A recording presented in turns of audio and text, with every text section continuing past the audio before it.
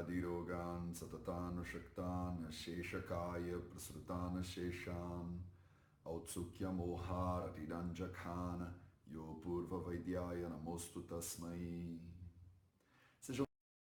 Soyez les bienvenus à cette nouvelle vidéo de Vida Vedanush Samidas de ma chaîne YouTube. Je m'appelle Mateusz et aujourd'hui je vous fais la vidéo directement de Braga au Portugal et après je vais à Porto. Mais il fallait absolument que je fasse cette vidéo ce mercredi matin. Donc là en ce moment je fais beaucoup de voyages. Et c'est un petit peu compliqué de concilier avec notre lecture des mercredis, mais j'arrive. Donc on est en train de continuer le chapitre numéro 3. Et aujourd'hui on va finalement finir le Rutacharya de été.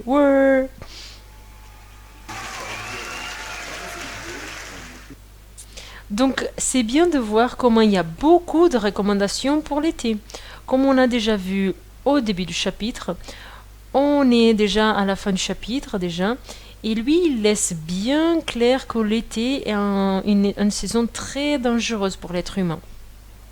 C'est quand notre digestion s'en va, quand l'être humain il a propension à avoir des problèmes. Donc il donne beaucoup de recommandations que vous devez accomplir pendant l'été pour ne pas souffrir autant. Et aujourd'hui, on finit cette liste de recommandations. Et on va commencer après la nouvelle saison, la saison pluvieuse. Donc on va lire les shlokas 39, 40 et 41. C'est beaucoup de choses, mais comme c'est une liste de choses que vous devrez ou pas faire, ça va être relativement rapide. Je ne sais pas si on va prendre autant de temps que ça. Et donc voici ce qu'ils disent les shlokas. Jalardrastala Vrintani Vistrutah Padmini Putaha Utshepascha Mrudukshepa Jalavashihimanilaha Karpura Malikamala Hara Sahari Chandanaha Manohara Kalala Pashisha Vasharika Shukaha Mrunala Valaya Kanda Prapula Kamalujwalaha Jangama Iva Padminyo Haranti Daritahklamam.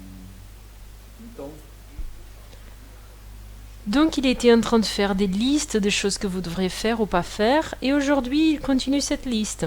Et il va droit au but.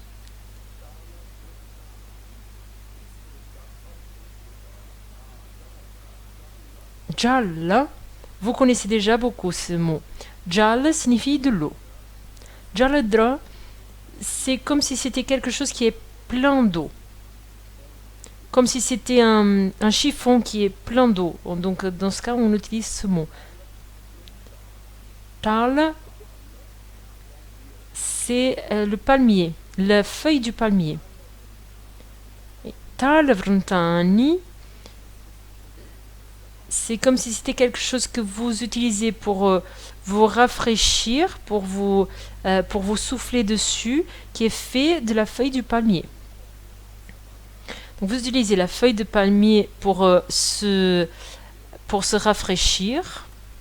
C'est comme un éventail de feuilles de palmier qui devrait être mouillé. Vous mouillez l'éventail et vous l'utilisez pour vous souffler dessus. Vistruta signifie quelque chose qui est répandu. Padmini, Padmini c'est le lotus. Donc on va utiliser beaucoup ce mot aujourd'hui. Le lotus c'est une feuille, une fleur de l'eau. C'est une feuille qui est née dans le lac. Et donc le lotus il l'ouvre au-dessus de l'eau. C'est une plante qui transporte l'essence de l'eau en elle-même. Donc c'est une plante qui est très rafraîchissante. Donc c'est très commun d'utiliser cette plante pour rafraîchir. Au Brésil et d'ailleurs en France aussi, on n'a pas cette plante. Donc il n'y a pas trop de sens pour nous. Mais là en Inde, c'est très utilisé. Ukshepaha, cha mrudukshepa, Jala Varshi Himanilayaha. L'eau, Varshi. Varshi signifie que vous jetez de l'eau, comme si vous mouillez les doigts dans l'eau et vous étendez, vous le répandez un peu comme ça. Vous mouillez quelque chose. Comme si vous vaporisez cette eau. Him, c'est froid. Anila signifie le vent. Donc quand vous jetez cette eau fraîche, Okshepa signifie ça aussi, envoyer de l'eau. On peut vaporiser. Mrudu signifie doux.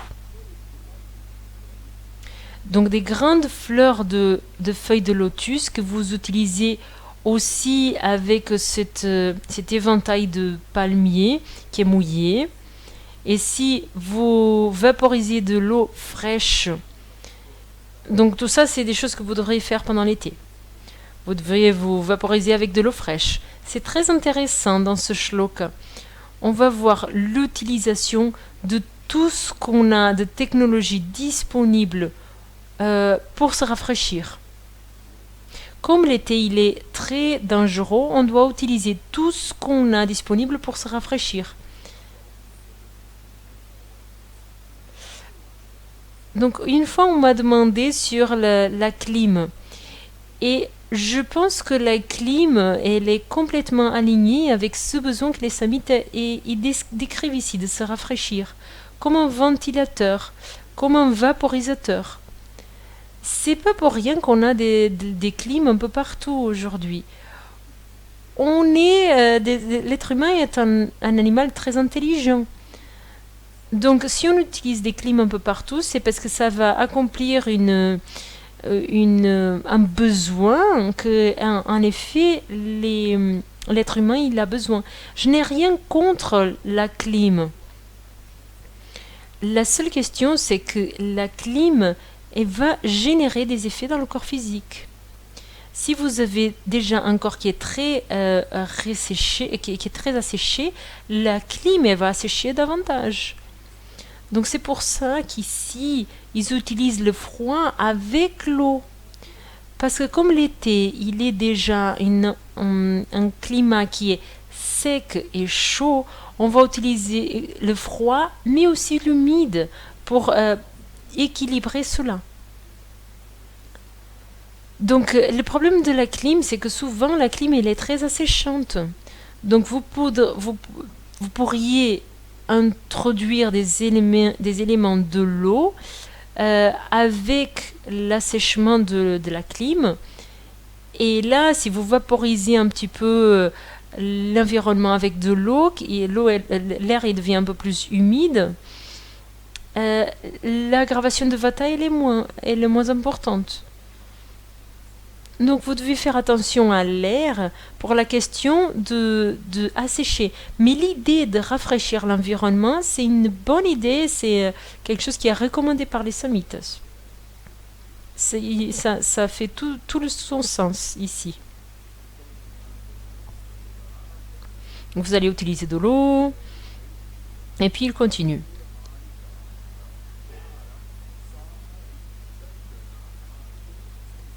Donc il va commencer à utiliser une série de choses pour faire un mâle. Mâle, vous connaissez, c'est comme un cordon, c'est comme un collier que les gens utilisent pour les prières. Signifie une corde, une guirlande autour du cou. Ça, c'est quand vous mettez quelque chose autour du cou, c'est un mâle, ça. Donc là, ils disent de faire un mâle de karpura, de camphre, de mali, de jasmin. Et en plus, il met du sandal aussi. Ces trois éléments, le sandal, le jasmin et la camphre, sont très rafraîchissants. Donc il va utiliser une guirlande de fleurs, utiliser de l'eau fraîche, tout ça pour se rafraîchir de cet été, de cette chaleur abusive.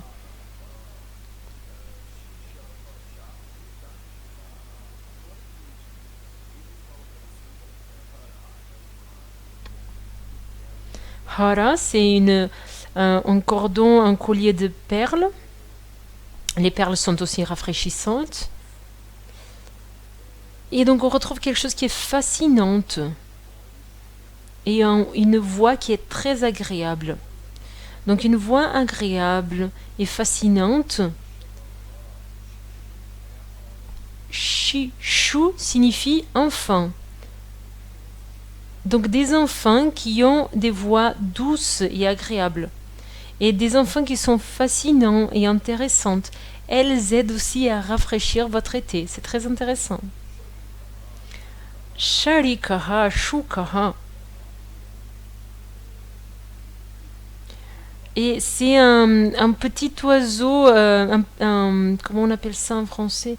Une perruche. Donc le sharika, c'est un autre oiseau qui existe là en Inde. Donc vous devez vous entourer de ces oiseaux qui sont très agréables aussi. Donc vous voyez la liaison très claire entre le corps et le mental.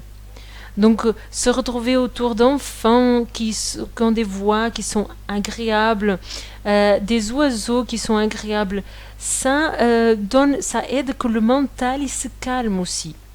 Et donc ça aide, le mental calme, ça aide à supporter la chaleur. On ne sait pas ce que c'est l'été en vrai été, parce qu'on utilise la clim, le ventilateur, etc. Mais si vous allez passer un vrai été en Inde où il n'y a pas d'infrastructure pour se protéger de l'été et vous êtes vraiment obligé à transpirer et supporter cet été, vous allez voir que c'est très compliqué. Pendant 1 mois, 2 mois, c'est très dur.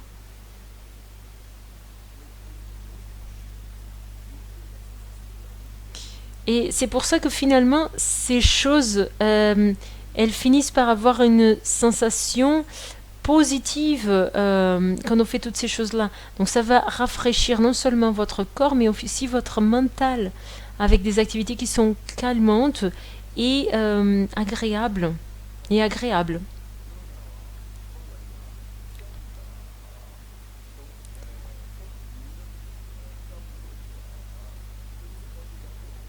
Donc vous pouvez utiliser des ornementations basées dans le lotus. Par exemple, un bracelet de lotus.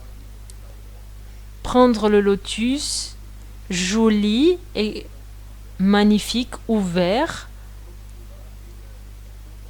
qui sont complètement manifestes, complètement ouverts, parce que le lotus c'est une fleur qui s'ouvre et qui se ferme.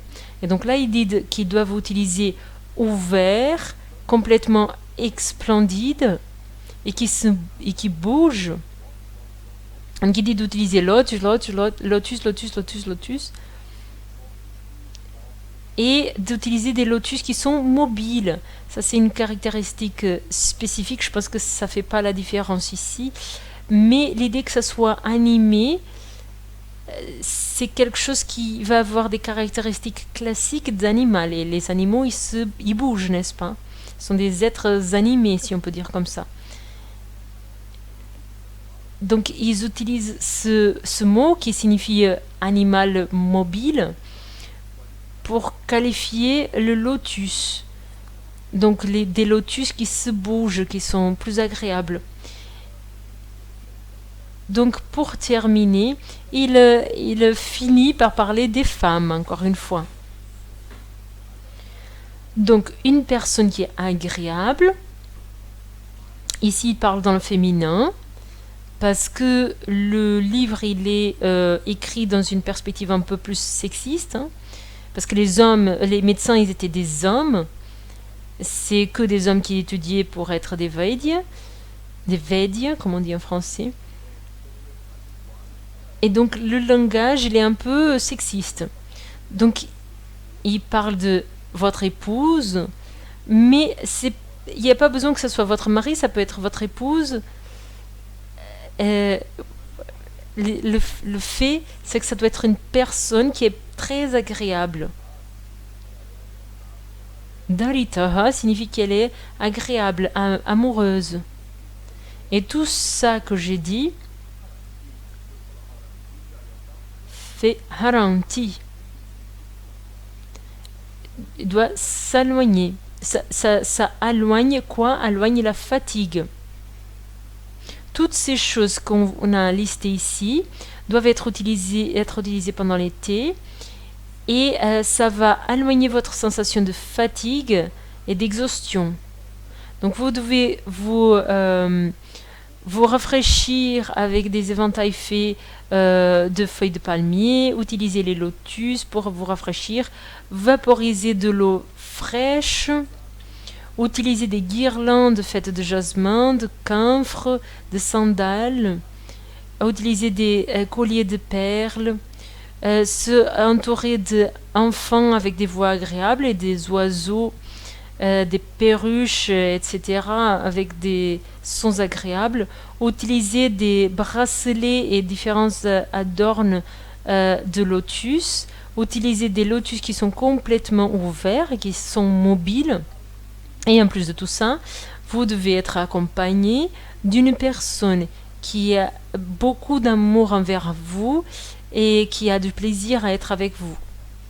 Tout ça éloigne la fatigue qui sont typiques de la saison de l'été. J'espère que ça soit clair pour le shloka d'aujourd'hui. Maintenant, on va pour notre minute de sanskrit.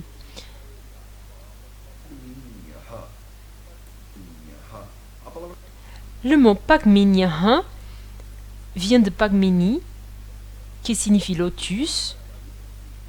Et je voudrais que vous voyez la jonction de Holland avec le me fait un truc très bizarre que vous n'avez pas vu jusqu'à présent.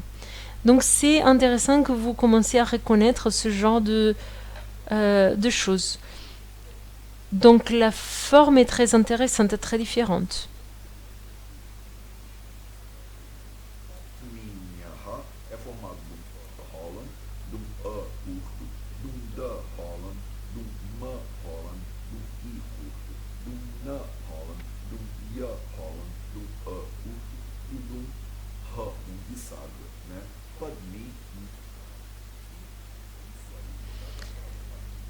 Padmini. Et quand vous conjuguez ce mot, elle va assumer différentes possibilités. On a déjà commencé à parler un petit peu de ça, mais je ne vais pas rentrer dans le détail ici, on va commencer ça après.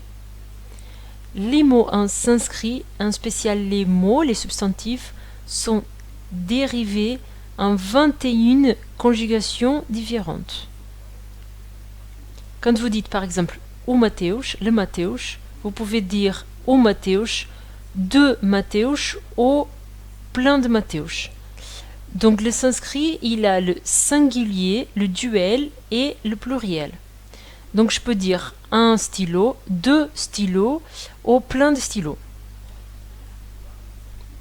Quand en portugais et en français on parle en singulier, on a le singulier et le pluriel. On dit un stylo, des stylos.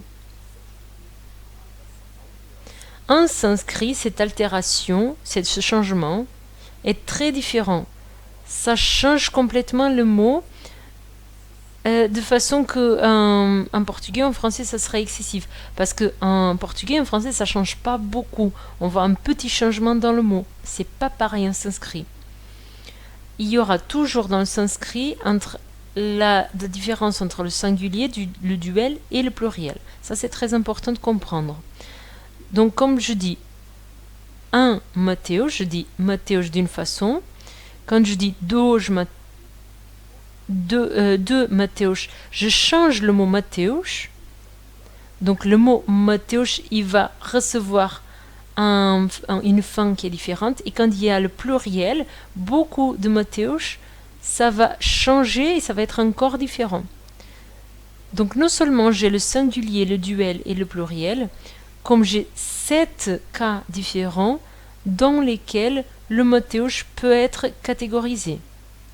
On va étudier ça avec beaucoup d'attention dans le futur, mais je voudrais juste commencer à expliquer pour vous en profitant que c'est assez simple ici. Il y a 7 cas différents. Et ces 7 cas, on appelle de locatifs. Donc, par exemple, quand Mateusz il est dans l'hôtel, vous changez le mot Mateusz pour dire qu'il est dans l'hôtel. Quand je dis dans le hôtel en français, on dit dans et le mot hôtel ne change pas. Donc, je ne change pas le mot hôtel en français pour dire que Mateusz est dans le hôtel. Je ajoute le mot dans avant le mot. Donc, je dis Mateusz, il est dans le hôtel. Donc, je rajoute ce mot-là. Mais le mot hôtel, il ne change pas. Le Mateusz est dans le hôtel. Le mot hôtel ne change pas. Je viens de dire le mot hôtel 50 fois, n'est-ce pas? Donc en sanskrit, comme dans d'autres langues, vous changez le mot hôtel pour dire que la personne est dans le hôtel. Au lieu de rajouter un mot comme le mot dans, vous changez le mot hôtel carrément. Donc c'est le 7e cas et c'est ce qu'on appelle de locatif. Si par exemple le lit dans lequel je suis assis, c'est le lit de l'hôtel, on va mettre ce pronom possessif en français pour dire que ce lit c'est de l'hôtel. Mais en sanskrit c'est pas comme ça. On a changé le mot hôtel pour dire le pronom possessif dans le mot hôtel. Donc il y a 7 cas différents, comme le locatif, le possessif, et on va étudier après tous ces changements. Je parle de ça pourquoi? Parce que quand vous prenez le mot padmini et vous faites un padminiya, ce ya, c'est un indicatif de un de ces cas, un de ces 7 cas possibles. Si vous étudiez le sanskrit, vous devez mémoriser les 21 cas de plusieurs types de conjugations différentes. Donc, si vous trouvez que le sanskrit il est difficile dans la partie de l'alphabet, maintenant vous allez voir comme la grammaire du sanskrit est super complexe, même si elle est très belle. Donc, on commence à étudier après la grammaire du sanskrit pour voir comme c'est beau et complexe le sanskrit. Donc, aujourd'hui, je voudrais juste faire un petit début sur ça. Parce que j'ai déjà vu ça, Padma, Padmasana, la posture de lotus, et le mot Padmini et le mot Padminiya. Donc, pourquoi ça change ce mot? Parce qu'on change tout le temps le cas. En portugais et en français, on a le sujet, l'objet, etc. Donc, en sanskrit, il y a tout ça, mais on change le mot en lui-même. Si ça ressemble à quelque chose de très complexe, c'est parce que c'est complexe, pour de vrai. J'espère que ce soit clair pour vous, le shloka d'aujourd'hui et notre minute de sanskrit. N'importe quelle question, vous pouvez laisser dans les commentaires ici ou des suggestions et on nous amener dans le groupe d'études qui se passe une fois par mois dans notre chaîne YouTube. Merci beaucoup et on se voit dans la prochaine vidéo.